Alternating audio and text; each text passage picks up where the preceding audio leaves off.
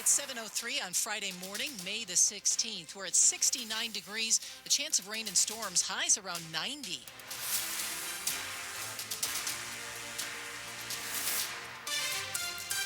We've got sunshine right now. Good morning. I'm Michelle Basch. And I'm Kyle Cooper. The top local stories we're following for you this hour on WTOP. The case of Kilmar Abrego Garcia will be argued this afternoon in a federal courtroom in Greenbelt. He's the man mistakenly deported from Maryland to a prison in El Salvador.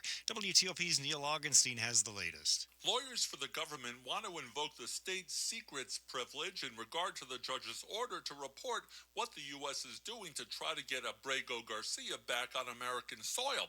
They say Abrego Garcia's lawyers are trying to pry into privileged communications with a foreign government, which could jeopardize national security. But Abrego Garcia's lawyers say the state secrets privilege isn't for trying to hide government mistakes or malfeasance, and they say while government lawyers' filings say the U.S. intends to follow the judge's order to try to return Abrego Garcia, President Trump and other officials are saying the exact opposite to the public. Neil Augenstein, WTOP News. And that hearing is scheduled for 1 o'clock this afternoon in Greenbelt. WTOP will have a reporter in the courtroom and bring you the very latest as it happens. We have new information about plans for a massive military parade in D.C. celebrating the Army's 250th anniversary. It will be held on June 14th, which is also President Trump's 79th birthday. WTOP's Lynn Bowie tells us what the price tag might look like. The estimated cost? $25 million to $45 million.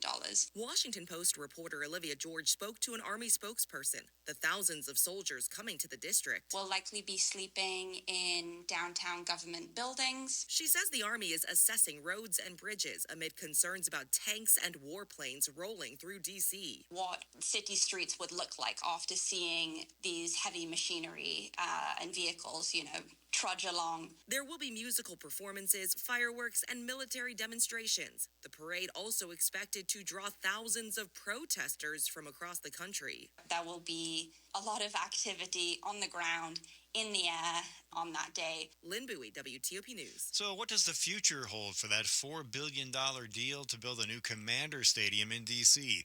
WTOP's Nick Iannelli is hearing exclusively from a top city leader. Will the D.C. Council ultimately give the stadium its stamp of approval? We will reach a deal. That's what Council Chairman Phil Mendelson tells WTOP. He adds that while he doesn't support putting local tax dollars toward the project, he's in the minority on that on the council, and he acknowledges I do think that there will be some public subsidy. As for the timeline for the deal getting done that was laid out by Mayor Muriel Bowser, it's not going to happen as quickly as the mayor had promised. The mayor apparently negotiated a deadline for the council without any consultation with the council. Bowser previously said the deal should be all wrapped up by mid-July. Nick Iannelli, WTOP News. For another local team, a record-setting season is over. The Caps are now out of the playoffs. The Carolina Hurricanes have come to Washington and closed out the series here in Game 5.